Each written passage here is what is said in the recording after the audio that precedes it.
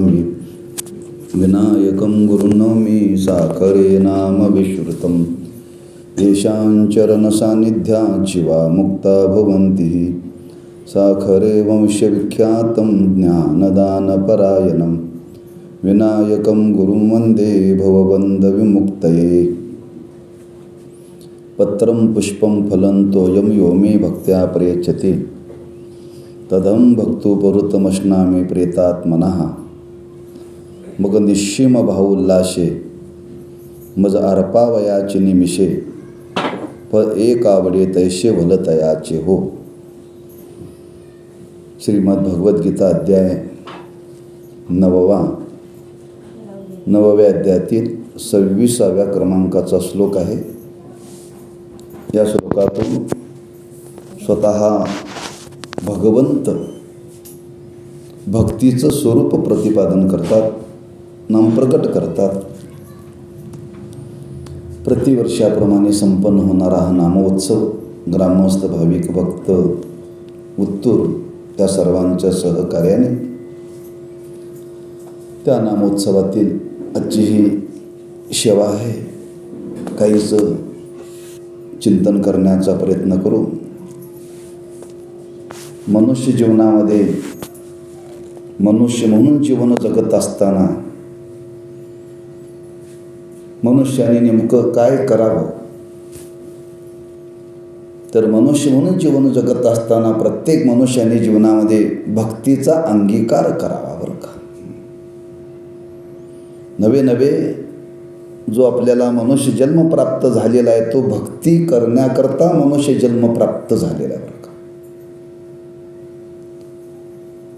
आणि या जन्मामध्ये येऊन जर भक्ती नाही केली तर साधू संतांनी वर्णन केले जीवन निष्फळ आहे बरं का। जन्मा आली वाया गेली भक्ती नाही केली असं वर्णन केले। नाथ महाराज थोडेसे परखड बोलले, भक्तिवीन पशु कशाशी वाढला सटवीन नेला कैसा नाही। तुकोबराय बोलून गेले, सांगतो तुमाशी भजारे विठ्ठला नाही तरी जन्म वाया गेला। जी मिळालेला जन्म निष्फळ नाम वाया जाऊ नये याच्याकरता मनुष्याने जीवनामध्ये भक्ती केली पाहिजे। मग भक्ती केली पाहिजे म्हणजे नेमकं काय केलं पाहिजे, काय करणं म्हणजे भक्ती, त्या भक्तीचं नेमकं स्वरूप काय आहे। तर भगवान सांगतात भक्ती करणं म्हणजे आपल्या अंतःकरणातला असलेला प्रेम भाव मला समर्पित करणं बरं का। भक्तीमध्ये समर्पण आहे। काय समर्पण करायचं आहे, जे काही समर्पण करायचं आहे ते देवाला भावनेनं समर्पण करायचं आहे बरं का। मग काय नेमकं समर्पण करावं, पुष्कळ गोष्टीचा विचार मांडलेला आहे। जे जे देवाने आपल्याला दिलेलं आहे ते देवाला समर्पित करावं। अर्जुनाला देव बोलले, याच अध्यायामध्ये बोलले, अर्जुना तुझं मन मला समर्पित करून टाक, तू मन हे मेची करी माझी या भजनी प्रेम धरी सर्वत्र नमस्कारी मज एकाते। मला मनच देऊन टाक। अवघड आहे हे, सर्वांना जमण्यासारखं नाही बरं का। तर मनच देवाला समर्पित करायचं, आणि मन देवाला समर्पित केला तर प्रपंच कसा चालायचा नाही का। पण समर्पण फार महत्त्वाचं आहे बरं का। मग तुकोबारायांनी समर्पण केलं, काय समर्पण केलं, समर्पिले वाणी पांडुरंगे घेते धनी। आपली वाणी भगवंताला समर्पित केली। नवे महाराज म्हणतात नुसती वाणी नाही, आम्ही सर्वस्व देवाला समर्पण केलं, कृष्णाला समर्पित केलं बरं का। म्हणजे भक्तीमध्ये समर्पणाला फार महत्त्व आहे। मग सर्वांना ते समर्पण करता आलं पाहिजे, प्रत्येक जीवाला समर्पण करता आलं पाहिजे बरं का। कोणी असो, समर्पणाशिवाय भक्ती सफल होत नाही, सिद्ध होत नाही, फल मिळत नाही, लक्षात ठेवा. मग सर्वांना समर्पण करण्यासारखं काय आहे? भगवान सांगतात काय नाही म्हणले, एखादं मला पान समर्पण करा, पान नाही जमलं तर एखादं फूल समर्पण करा, फूल नाही जमलं तर एखादं फळ समर्पण करा, हे फळ नाही समर्पण करता आलं तर कमीत कमी पाणी समर्पण करा. पत्रम पुष्पम फलम तोयम. पत्रम म्हणजे पान, पुष्पम म्हणजे फल, फूल, फलम म्हणजे फळ आणि तोयम म्हणजे पाणी. हे मला समर्पण करा बरं का. समर्पण म्हणजे एखादी वस्तू त्याला दिल्यानंतर त्या वस्तूवरचा हक्क काढून घेण्याला समर्पण म्हणतात बरं का. म्हणून समाजाला सांगावं लागतं. काही लोक म्हणतात आम्ही तुमच्या मंदिराला देणगी देऊ, पण हे पैसे अमुक कामाकरताच वापरा.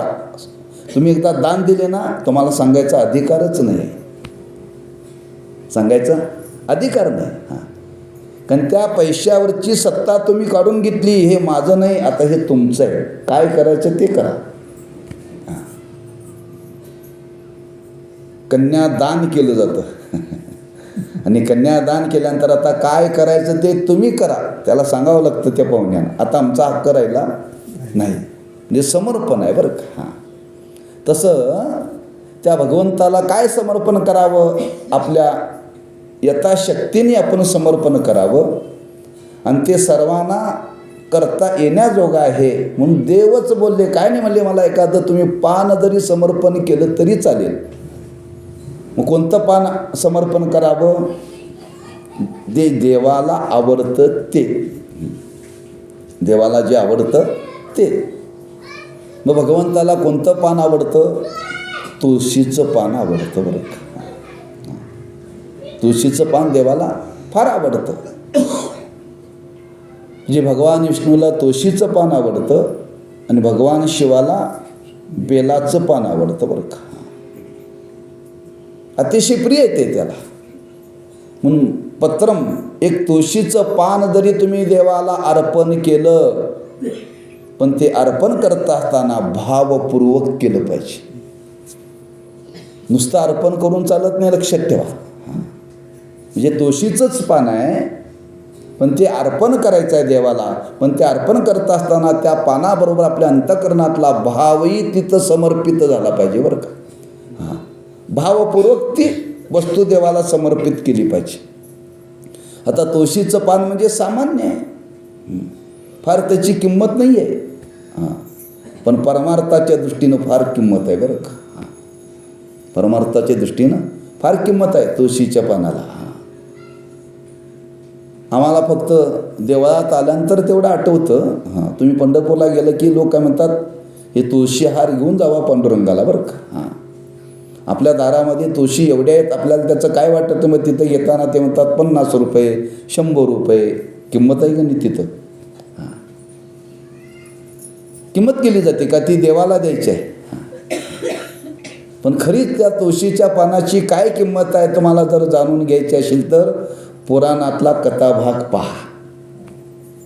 पुराणातला कथाभाग पहा, काय पानाची किंमत आहे तुळशीच्या बरं का. ज्यावेळी सत्यभामेला वाटलं, काय कल्पना आली सत्यभामेच्या मनामध्ये, नारद महर्षी फिरत फिरत आले होते द्वारकेमध्ये, आणि द्वारकेमध्ये आल्यानंतर सत्यभामेच्या महालामध्ये नारद महर्षी गेले. गेल्यानंतर त्यांचं स्वागत केलं, दर्शन घेतलं आणि म्हणजे महर्षी तुम्हाला एक विचारायचं आहे म्हणजे विचारा. काय नाही म्हणले, मला आता हा साक्षात देव पती म्हणून प्राप्त झालेला आहे. मग चांगली गोष्ट, हो चांगलीच गोष्ट आहे महर्षी, पण माझी इच्छा आहे हाच पती पुढच्या जन्मातही मिळावा. हाच पती पुढच्या जन्मात मिळावा. त्याला काय करावं लागतं? म्हणजे सोपी गोष्ट आहे म्हटले. या जन्मामध्ये जे दान केलं जातं ते पुढच्या जन्मात मिळतं म्हटले. या जन्मामध्ये जे दान केलं जातं ते पुढच्या जन्मात मिळतं. म्हणजे त्याला दान करायला पाहिजे देवाला. आणि देवाला या जन्मात दान केलं तर पुढच्या जन्मामध्ये तुम्हाला मिळेल, असं दानाचं महत्त्व आहे. नक्की हो, ठीक आहे, मी दान करते, पण मर्षी याला घेणार कोणी म्हटले? तुकोबराय निघाली लोकाला देव देण्याकरता. देव घ्या कोणी, देव घ्या कोणी, ऐताला घर बसून. लोक म्हटले महाराज देव न लगे, देव न लगे, साठवणीचे रुंदले जागे. तुमचा देव नको म्हटले मला. देव घ्यायला कोणी तयार नाही आहे. आणि तुम्ही सांगताय देव दान करा. सत्यभामा फिरून आली नगरामध्ये, मला देव दान करायचं आहे, घ्या घ्या. सगळे म्हणले तो फार खादाड आहे, त्याला घेऊन काय करायचं? त्याला रोज लोणी खायला लागतंय. आमच्या घरात रोज बटर आहे, त्याला लोणी देणार कुठून? त्याला रोज दूध लागतं, दही लागतं. आणि तुझ्या ह्या देवाला कोण देणार म्हणले? नाही, आपल्याला काय जमायचं नाही. संपूर्ण नगर फिरून आली सत्यभामा. आणि नारदांना सांगितलं, नारदा कोणी घ्यायला तयार नाही. मग सोपी गोष्ट म्हणजे मला देऊन टाक, मी रिकामाच आहे म्हणजे. नक्की हो, हरकत नाही. संकल्प सोडला हा, आणि संकल्प सोडून देवाला दान केलं. हातावरचं पाणी दान केलं. आणि तिथून नारद निघाले आणि भगवंताकडे म्हणले, देवा चला म्हणले, तुम्हाला दान केलंय, मग काय नाही म्हणले, माझ्या पादुका डोक्यावर घ्या. सत्यभामा दान करी उजरून अंगीकारी, सेवकाच्या श्री धरुनी चाले पादका. मला दान केले म्हणले. बरं झालं नारदा मी सुटलो म्हणले यांच्यातून. किती होत्या? 16,108. बरं झालं मी मोकळा झालो म्हणले, तुला दान दिलं ना, आता नारदा कुठं नेशील तिकडं मी यायला तयार आहे. आता ही सगळी बातमी द्वारकेमध्ये कळाली. सत्यभामीने देवाला दान दिलं, देवाला दान दिलं, देवाला दान दिलं. सगळ्या आल्या सत्यभामी. कोणाला विचारून देईल? तो एकटीच आहे, तो आमचा हक्क आहे ना. तू एकटीनं कशी काय दिलीस म्हटली? आमचा सर्वांचा हक्क आहे. मग परत पाहिजे म्हणजे आम्हाला. हां, आमच्या सर्वांचं मत तू घेतली का? तुझा जरी पती असला देव, आमचाही आहे ना, तो आमचा आम्हाला परत पाहिजे. पंचायत आहे. आता एकदा दान केलेली वस्तू परत घेता येत नाही, परत मिळत नाही. काय करावं? परत नारदांची भेट घेतली. म्हणजे नारदा असं असं घडलंय, आता काय करावं लागलं? सोपं आहे म्हणले याला. हां, जेवढं देवाचं वजन आहे तेवढं सोनं त्याच्या बदल्यात दिलं की मी तुम्हाला देतो म्हटले. तेवढं मी तुम्हाला देतो, हरकत नाही. म्हणजे सत्यभामीने विचार केला, आपली नगरीच सोन्याची आहे ना, द्वारका सोन्याची होती. आपण देवाच्या पत्नी आहोत, आपल्याला सोन्याला काही कमी नाही आहे. ठरलं. आले महर्षी देवाला घेऊन. तो समारंभ ठरला. तो तराजू बांधलेला आहे. एका पारड्यामध्ये देवाला बसवलं आणि एका पारड्यामध्ये सोनं घालायला सुरुवात केली. जेवढं सोनं घालावं तेवढं कमीच पडायला लागलं बरं का. 16,108 होत्या. सगळ्यांच्या अंगावरचं सोनं काढलं बरं का.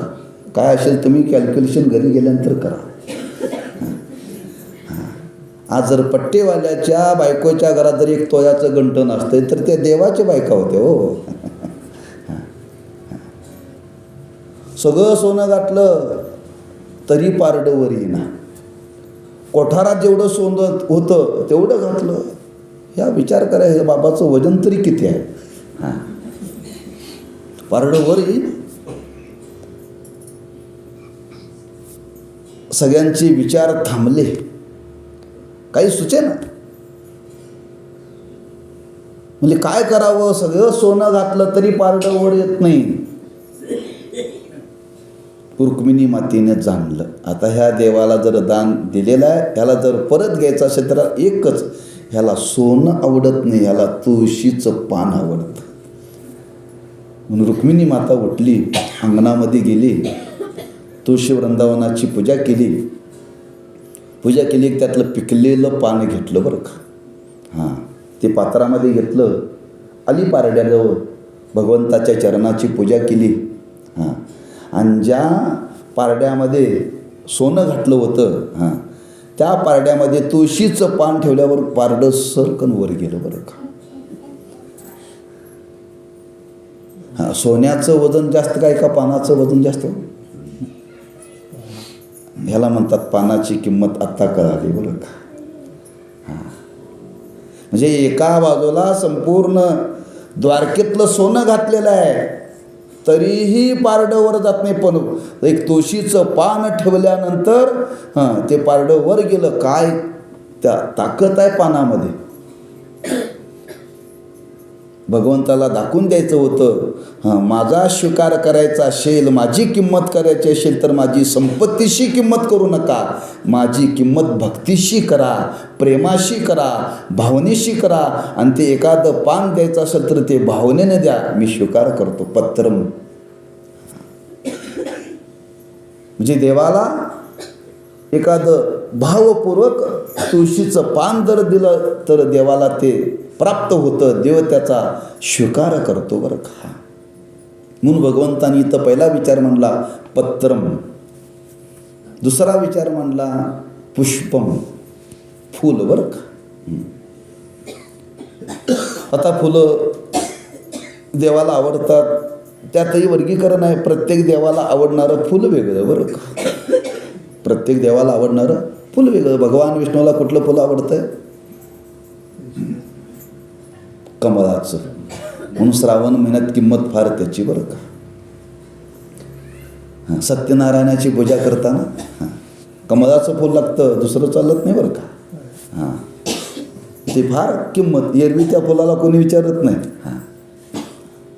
मग ते कमळाचं फूल लागतं. एक वर्णन केलेलं आहे फुलाच्या बाबतीत, आपल्याला सांगतो. आज फुलाची किंमत वेगळी वेगळी आहे. सत्काराची फुलं वेगळी बरं का. सत्काराची फुलं देवाला चालत नाहीत. सत्काराला जी फुलं आहेत ना, ती देवाला चालत नाही. का चालत नाही? त्या फुलात सुगंधच नाही आहे, परागच नाही आहे. ज्याच्यामध्ये सुगंध आहे तोच पदार्थ देवाला चालतो बरं का. म्हणून फुलाचा विचार मांडलेला. कुठलीही फुलं देवाला आवडत नाही, लक्षात ठेवा. ज्या फुलामध्ये सुगंध आहे, म्हणून त्या पुराणामध्ये वर्णन केले. तुम्ही त्या सत्यनारायणाची पोथी वाचा. कोणती कोणती देवाला फुलं व्हावीत. मोगऱ्याचं फुल असावं बरं का. चापा, सोनचापा ते फुलं असावं, म्हणजे देवाला आवडणारी फुलं बरं का. मग ते फुलं देवाला अर्पण करावं. फुलाची किंमत नाही. फुलाची किंमत कधी आहे? ज्यावेळी त्या फुलाचा सुगंध देव स्वीकार करील, त्यावेळी त्या फुलाची किंमत आहे. एरवी आपल्याला ते कळणार नाही, लक्षात ठेवा. आताच्या परिस्थितीला जर धरून बोलायचं ठरलं तर फुलाची किंमत सांगू आपल्याला. आताच्या परिस्थितीला धरून एखादा तरुण एखाद्या तरुणीला गुलाबाचं फुल देतो, किंमत फार आहे बरं का त्याची. किंमत फार आहे. त्या फुलावरती तो आयुष्यभर स्वीकारतो बरं का तिला. एक फूल सामान्य आहे, पण त्या गुलाबाचा परिणाम त्या फुलाला तो इतका मोहित तो होतो किंवा ती होते. आयुष्यभर दोन जीव दूर गेलेले एकत्र येतात.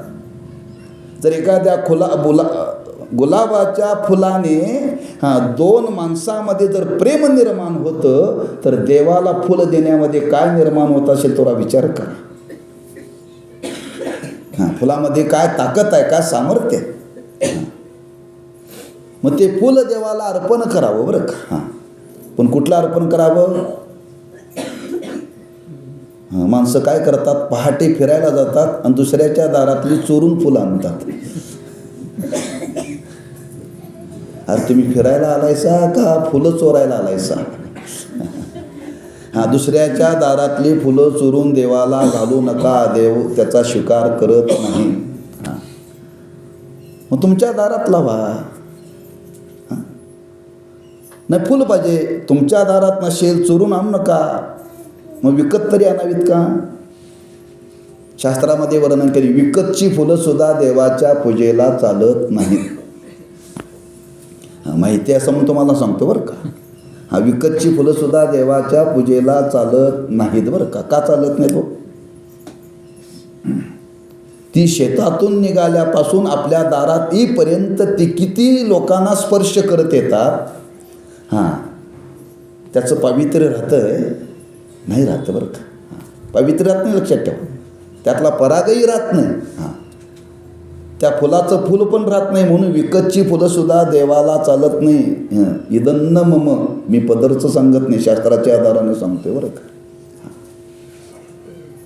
मग तुम्हाला काही देता नाही आलं तरी चालेल, भाव फक्त द्या, देवाला चालतंय. हां, पण फुलच द्यायचं आहे ना. हां, ते सुगंधी फुल असावं. आणि सुगंधी फुल जर देवाला ते अर्पण केलं तर देव त्याचा स्वीकार करतो. कोणाचा स्वीकार केला? गजेंद्र नावाचा पशु होऊन गेला बरं का. आणि त्या नकराचं आणि गजेंद्राचं युद्ध झालं, घनघोर युद्ध झालं, दीर्घकाल युद्ध झालं बरं का. पाणी पिण्याच्या निमित्ताने तो गजेंद्र सरोवरामध्ये गेलेला आहे. आणि सरोवरामध्ये गेल्यानंतर पाणी पिता पिता पिता त्या मगरीनं त्या गजेंद्राचा पाय धरला. फार प्रयत्न केला सोडवण्याचा. म्हणून सगळ्या आप्तांना, नातेवाईकांना बोलवलं. सगळे आले तरीही कोणाचं काय चाललं नाही बरं का. शेवटी त्या गजेंद्राने विचार केला, आता आपल्याला यातून कोणी सोडणार? तुका म्हणे तुझं सोडविना कोणी, एका चक्रपाणी वाचून या.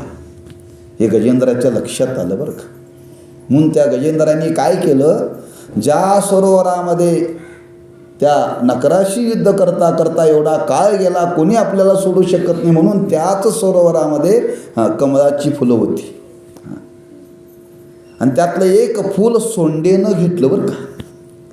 आणि सोंडाने घेतलं आणि आकाशामध्ये नारायणा खेलो, हे नारायणा, हां, हे तुला मी फुल अर्पण करतोय. हां, अशा भावनेने ते फूल त्या सरोवरातलं घेतलं आणि आकाशामध्ये फेकलं. फेकल्याबरोबर ते फूल जसं फेकलं तसं भगवंत वैकुंठातून इतक्या वेगाने निघाले. लक्ष्मी विचारतोय कुठं निघाला हा खय. लक्ष्मी म्हणेपर्यंत देव ल तिथं उच्चारला आणि क्ष इथं उतरला, ग तिथं उतरला. म्हणजे एवढ्या गतीनं देव त्या गजेंद्राकरता धावून आले. कारण काय? पुष्पम. जगताचा नियंता. पण फेकणारा कोण होता? सामान्य पशु होता, गजेंद्र होता. पण त्या भावनेनं ते फेकल्यानंतर देवाने त्या फुलाचा स्वीकार केला आणि देव प्रगट झाले आणि त्याला सोडवलं बरं का. याला म्हणतात फुलामध्ये काय सामर्थ्य आहे. पण ते फुल अर्पण करत असताना मात्र त्या गजेंद्राच्या अंतःकरणामध्ये आर्त भाव होता. काय? आर्त भावाने ते फेकलेलं होतं बरं का. म्हणजे त्या मानाचा भाव त्या गजेंद्राच्या अंतःकरणामध्ये निर्माण झाला. त्याच्या भावाला जाणून देवाने ते फल स्वीकारलं आणि देव तिथं प्रकट झाले. पुष्पम. त्याच्या पुढं भगवान सांगतात फलम. देवाला फल अर्पण करावं. फळ सुद्धा कुठलं असावं? रसाळ. ज्या फलामध्ये रस आहे ते फल बरं का. कुठलंही फल नव्हे. म्हणून बघा, फळ घेताना आपण बाजारामध्ये विचारतो दुकानदाराला, गोड आहे ना, हे पिकलेलं आहे ना, परिपक्व झाले ना, आंबट नसेल ना, हे सगळं चौकशी करून आपण घेतो फल बरं का. मग असं एखादं फल देवाला अर्पण करावं बरं का. आणि ते देवाला फल अर्पण करावं, ते फल रसाळ फल असावं बरं का. मग असं फळ कोणी अर्पण केलं का? आपल्याला पुराणातली कथा माहीत आहे. शबरीनं फळ अर्पण केलं. कुठलं फळ अर्पण केलं? बोर. ज्यावेळी त्या शबरीला सांगितलं होतं, मातंग ऋषींनी तुझ्या जीवनामध्ये एकदा तुला प्रभू दर्शन देण्याकरता येणार आहे. प्रभू मला दर्शन देणार आहेत? हो, दर्शन देण्याकरता येणार आहेत हे कळाल्याबरोबर कधी येणार आहे सांगितलं, फक्त दर्शन तुला एकदा प्रभू देणार आहेत असं कळाल्यानंतर ती रोज उठायची, अंगण झाडायची, सडा टाकायचा आणि प्रभूच्या पूजेची व्यवस्था करायची. फळांत रोजवर का ती वाट बघायची. का कधी येणार आहे सांगितलं नव्हतं. अमुक तारखेला, अमुक तिथीला, अमुक दिवशी, फक्त एकदा तुझ्या जीवनामध्ये तुला प्रभू दर्शन देणार आहे, ती रोज वाट पाहायची बरं का. रोज वाट पाहायची. योगायोगाने एक दिवशी प्रभू आले. तिनं सगळं तयारी करून ठेवली. प्रभू आल्यानंतर प्रभूला आसनावरती बसवलेलं आहे. आता ती वनामध्ये राहणारी काय पूजा करणार आहे, काय असणार आहे तिच्याकडे पूजेचं साहित्य. पण प्रभूला बसवलं. काय फुलं असतील ती फुलं पायावरती ठेवली, नमस्कार केला आणि आल्यानंतर भगवंताचा पाहुणचार करण्याकरता म्हणून पळसाच्या पानामध्ये बोरं आणली बरं. आणि ती बोरं भगवंताला अर्पण केली. ती उष्टी होती का? तिने प्रत्येक फळ चाकून पाहिलेलं होतं. ते गोड आहे का, गोड आहे का हे चाकून पाहिलं होतं. आणि ते फळ अशी ती फळं तिने भगवंताच्या समोर ठेवली. ती फळं बघितल्याबरोबर भगवंताने मागचा पुढचा कशाचा विचार केला नाही. जशी एखादा उपवास असावा आणि पोटात आग पडावी. कधी खाईन झालेलं असतं म्हणून माणसं सकाळी 6 वाजताच उपवास सोडतात. का? एकादशी बऱ्याच लोकांना सहन होत नाही. आमच्याकडे नवरात्राचा 8 दिवसाचा उपवास असतो. तो सोडायचा असतो कधी? नवमीला. मग आमच्याकडे ते फलाहार करून करतात बरं का उपवास. मग ते बऱ्याच तरुणांना दम निघत नाही. त्या अष्टमीला रात्री 12 वाजता आरती असते अंबाबाईच्या मंदिरात. ती 12 वाजता आरती झाली की 12:30ला त्या हॉटेलवाल्यांनी दुकान उघडलेलं असतं. आमच्याकडे पद्धत आहे भजी खाऊन उपवास सोडायचा. रात्री 12:30ला माणसं भजी खातात. हो का? 8 दिवसाचा उपवास कधी खाईन झालेलं असतं. हे जसं व्हावं तसं देवाला झालं होतं. देवाने मागचा पुढचा विचार न करता खायला सुरुवातच केली बरं का. ती फळं खायला स्वीकार केली. कशाचा देवाने विचार केला नाही. लक्ष्मण शेजारी होता. लक्ष्मणी विचारलं, का हो देवा, कधी खाल्ली नाही तुम्ही? बरं राहू दे. ही तुम्ही फळं खाताय, ती देणारी कोण आहे बघितलं तिच्याकडे तुम्ही?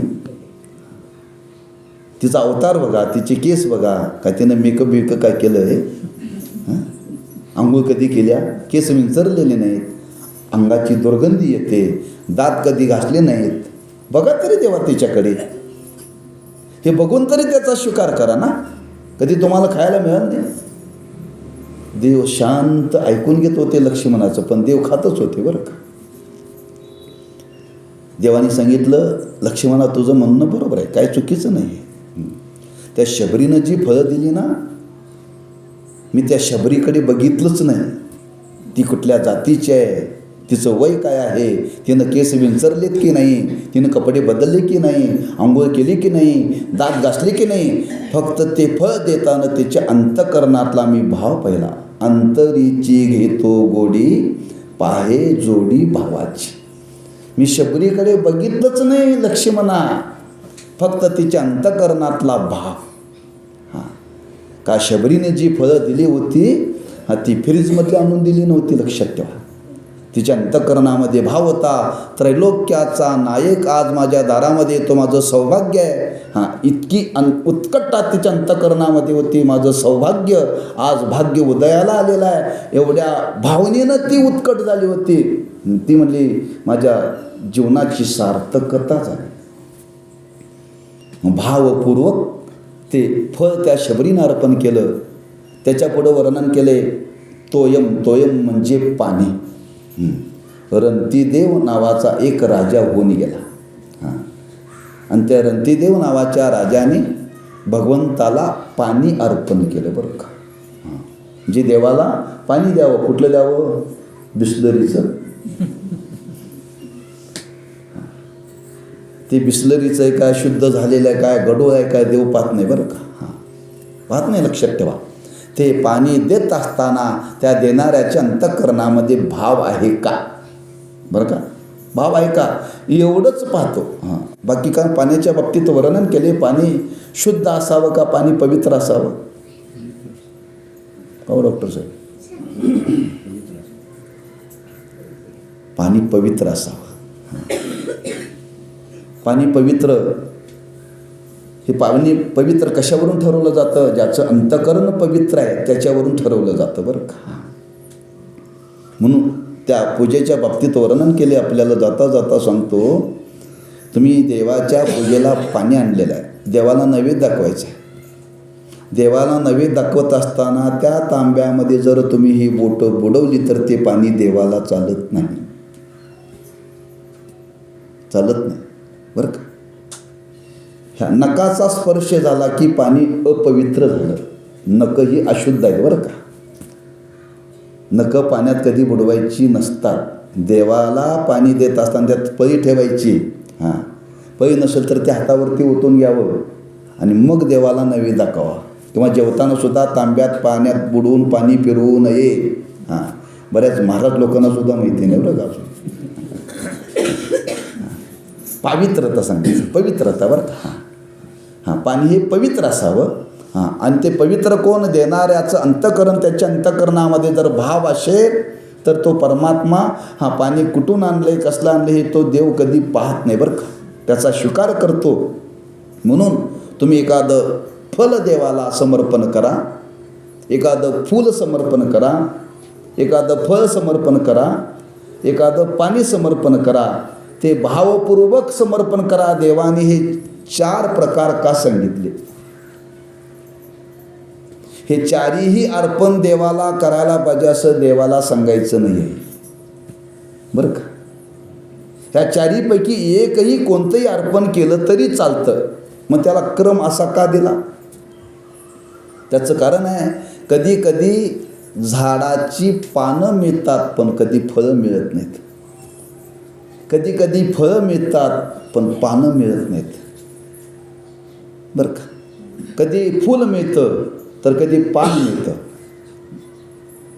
कधी पान मिळतं, कधी फूल मिळतं, कधी फळ मिळतं, कधी पानही मिळत नाही, कधी फुलही मिळत नाही आणि कधी फळही मिळत नाही.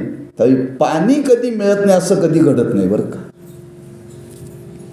पाणी कधी मिळत नाही असं घडत नाही. रोज देवाची पूजा करताना आपल्याला फुलं नसली तरी चालतात, फूल नसलं तरी चालेल, फळ न तरी चालेल, पण पाण्याचा दुष्काळ कधी आहे का? हां, घरातच पाणी असते. हां, नाही नाही, फुलं येऊ दे, हां, फळ येऊ दे, मग देवाची पूजा करू. नाही, आता पाणी आहे ना, पाण्यावरती देवाची पूजा भक्ती करता येते. म्हणजे परिस्थितीला धरून, यापैकी कालाला धरून, ज्या कालामध्ये जी वस्तू असेल ती वस्तू देवाला समर्पण केली तरी चालते. आणि सगळ्या असल्या तरी सगळ्या समर्पण केल्या तरी चालतात. सगळ्याच पाहिजे असं काही नाही, पण 4पैकी एक कोणते अर्पण केलं तरी चालतं बरं का. म्हणून ते समर्पण भावाने देवाला अर्पण करावं आणि तो समर्पण भाव देव पाहतो आणि त्या वस्तूचा स्वीकार करतो. म्हणून देवाचा एक स्वभाव आहे. काय देवाचा स्वभाव आहे?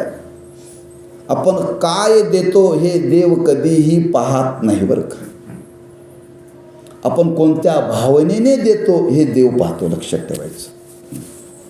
तुम्ही देवाकडे जाताना काही घेऊन जा, देवाचं लक्ष तुमच्या हाताकडे नसतं.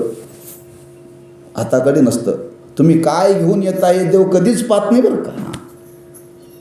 तुम्ही येत असताना कोणत्या भावनेनं येता हे देव पाहतो. गुरुवरे साखरे महाराज सांगत असतात गमतीनं, देवात जात असताना पुजाऱ्याचं लक्ष असतं येणाऱ्याच्या हातात काय आहे का. पुजाऱ्याचं लक्ष असतं हा आयालाय देवाला पाया पडा येताना काही घेऊन आलाय का. कुणाचं लक्ष असतं? पुजाऱ्याचं. देवाचं लक्ष नसतं बरं का. जे देवाच्या पाया पडताना पुजारी विचार करतोय हा काय देवाजवळ ठेवतोय काय, देवाजवळ काय ठेवतोय काय. पण देव कधी हा मला काय ठेवतोय काय देव कधी पाहत नाही. हा येत असताना याच्या अंतःकरणामध्ये काही माझ्याविषयी भाव आहे का, त्या भावनेकडे पाहतो. म्हणून वस्तूचा देव कधी विचार करत नाही. तुम्ही कोणतीही वस्तू देवाला दिली तरी चालेल, पण त्या देण्याच्या मग अंतःकरणामध्ये भाव आहे का, त्या भावाचाच देव विचार करतो. लक्षात ठेवा. बाकी कशाचाच विचार करत नाही. मी हा विचार आपल्यासमोर मांडला, यातला आता याच्या विरुद्ध विचार तुमच्यासमोर ठेवतो बरं. काही मी सांगितलं फळ रसा असावं, पान तुळशीचं असावं, बेलाचं असावं, फुल सुगंधी असावं, पाणी पवित्र असावं. पण याच्या विरुद्ध भक्तिशास्त्रामध्ये वर्णन केले, तुमच्या अंतःकरणामध्ये जर भाव असेल तर कोणतंही पान देवाला आवडतं बरं का. तुमच्या अंतःकरणामध्ये भाव असेल तर कोणतंही फुल देवाला आवडतं. आपल्या अंतःकरणामध्ये भाव असेल तर कोणतंही फळ देवाला आवडतं. आणि आपल्या अंतःकरणामध्ये भाव असेल तर कोणतंही पाणी देवाला आवडतं बरं का. का तिथं जो भक्ती क्षेत्रामध्ये जो विचार आहे त्या वस्तूशी संबंध नसून त्या वस्तूच्या मागं असलेल्या भावनेशी संबंध आहे. भावनेशी संबंध आहे. वस्तूकडे देव कधीही पाहत नाही, पाहत नाही. म्हणून तर आपल्याकडे पद्धत आहे, सर्वांना माहिती आहे, ओळख करून देतो, थोडंसं स्मरण करून देतो म्हणजे आपल्याला पटेल, लगेच पटेल बरं का माझं म्हणणं तुम्हाला. सत्यनारायणाच्या कालामध्ये तुम्ही बाजारामध्ये जाता दुकानदाराकडे, आणि दुकानदाराकडे गेल्यानंतर दुकानदाराला म्हणतात खारीक पाहिजे. दुकानदार विचारतोय पूजेची पाहिजे का गुट्टीची पाहिजे.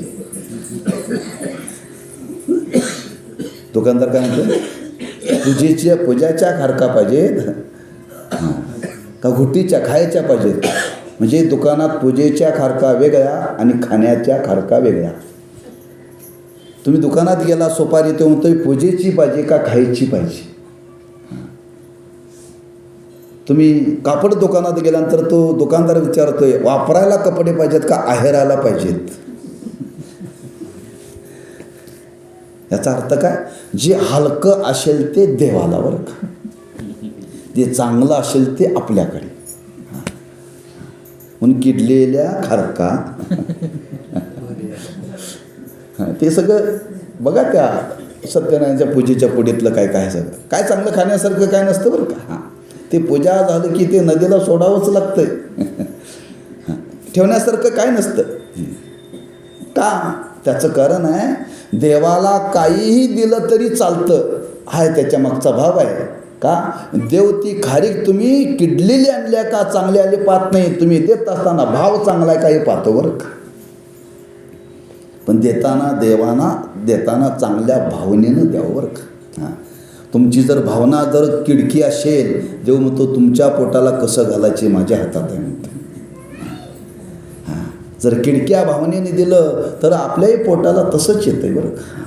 नारळ फोडल्यानंतर जर नासका पावला तर लोक म्हणतात देवाला पावला. अरे पावला, तुझ्याही पोटाला नासकची म्हणजे कळेल. म्हणजे देताना भावना चांगली असावी बरं का. वस्तूचा परमात्मा कधीही विचार करत नाही. त्याचा आणखी एक विचार आपल्यासमोर मांडतो. त्यांनीही निर्माण केलेला आहे. जी वस्तू आपण देवाला अर्पण करतो ह्या आम्ही निर्माण केलेत का देवाने निर्माण केलेत. देवाने निर्माण केलेत.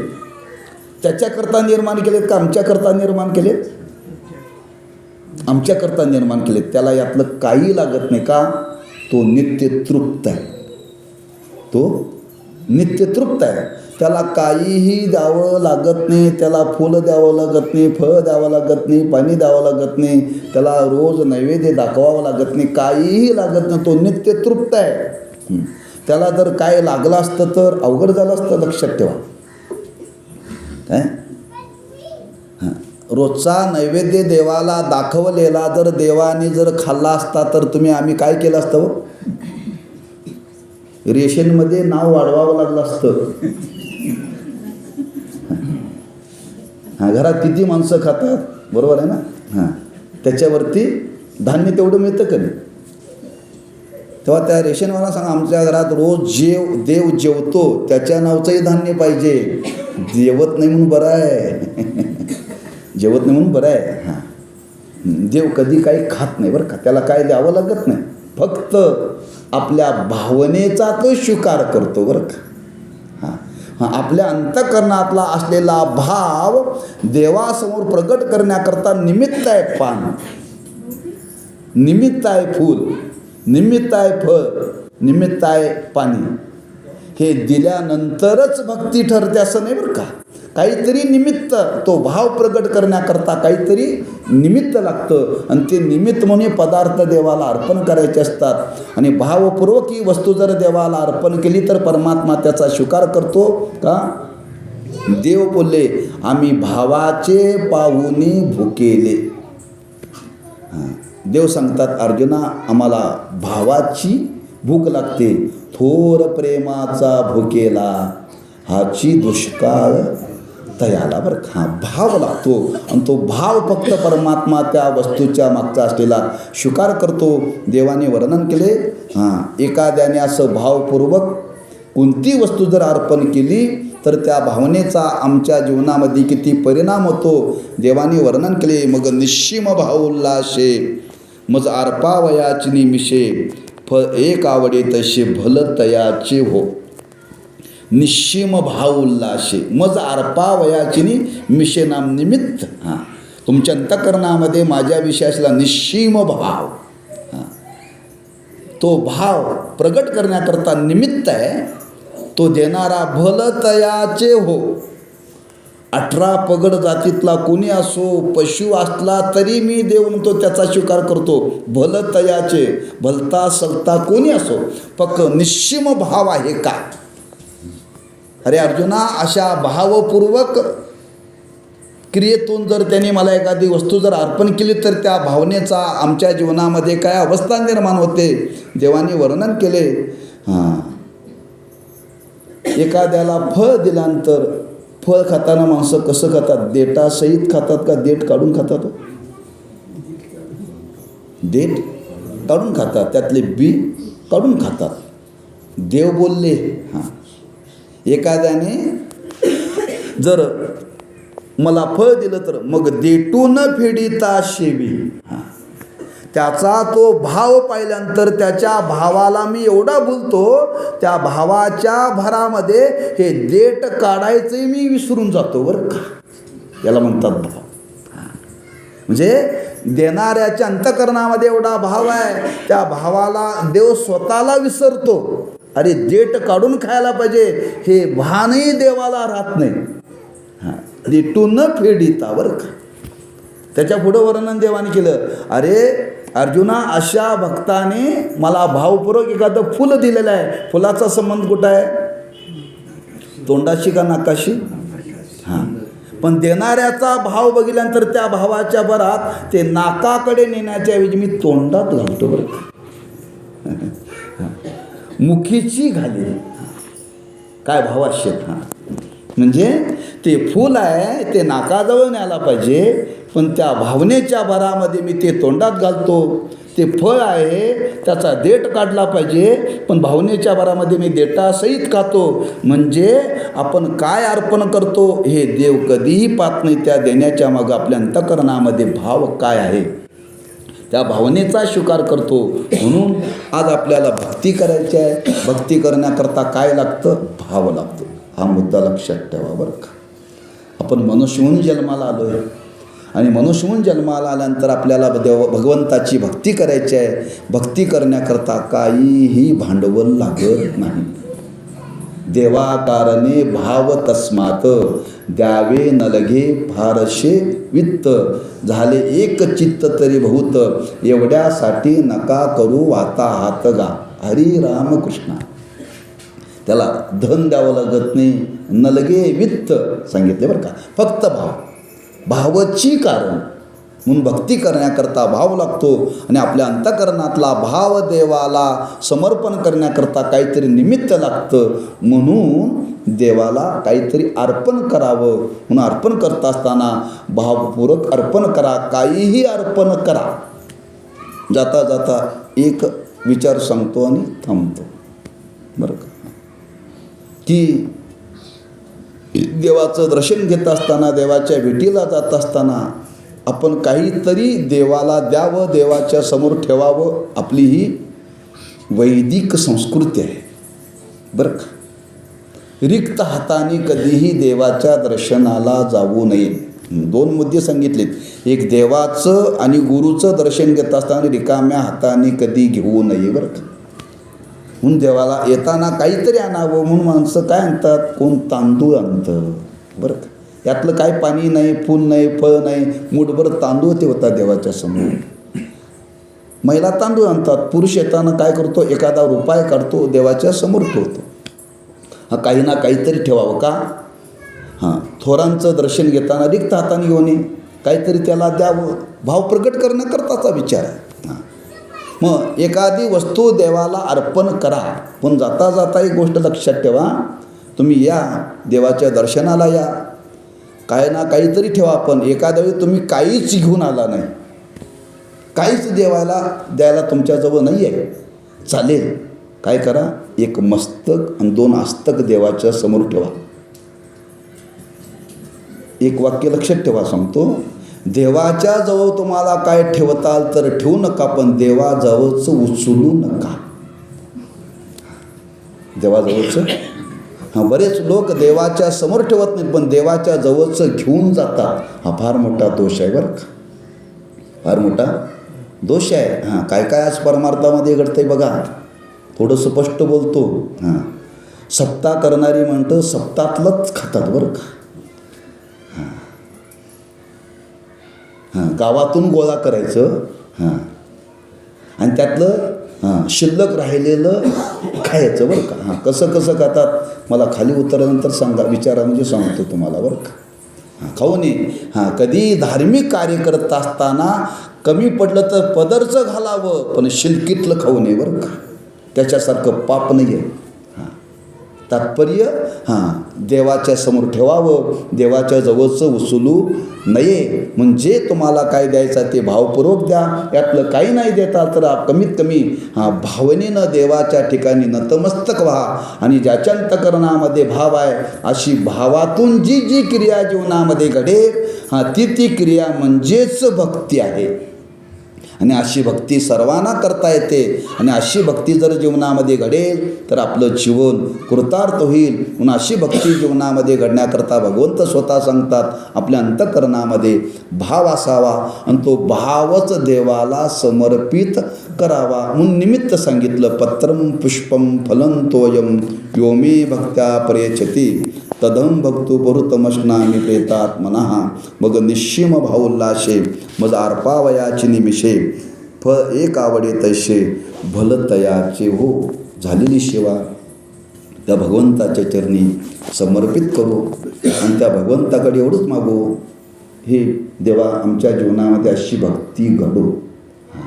उत्तर काय आमचं आयुष्य शिल्लक राहिलं असेल ते, अशीच भक्ती घडो की त्या भक्तीतून शेवटी तुझं दर्शन घडो आणि आमचं जीवन कृतार्थ हो. अशी आमच्यावरती तुझी कृपादृष्टी राहावी, अशी त्या भगवंताच्या चरणी प्रार्थना करून सेवेला पूर्णविराम देऊ. पुंडलिक वरदारी विठ्ठल श्री ज्ञानदेव तुकाराम. आता विश्वात्मके देवी येणे वागेज्ञे तोषावे, तोषोनी मज द्यावे पसाय दान हे मामी विनायकं गुरु.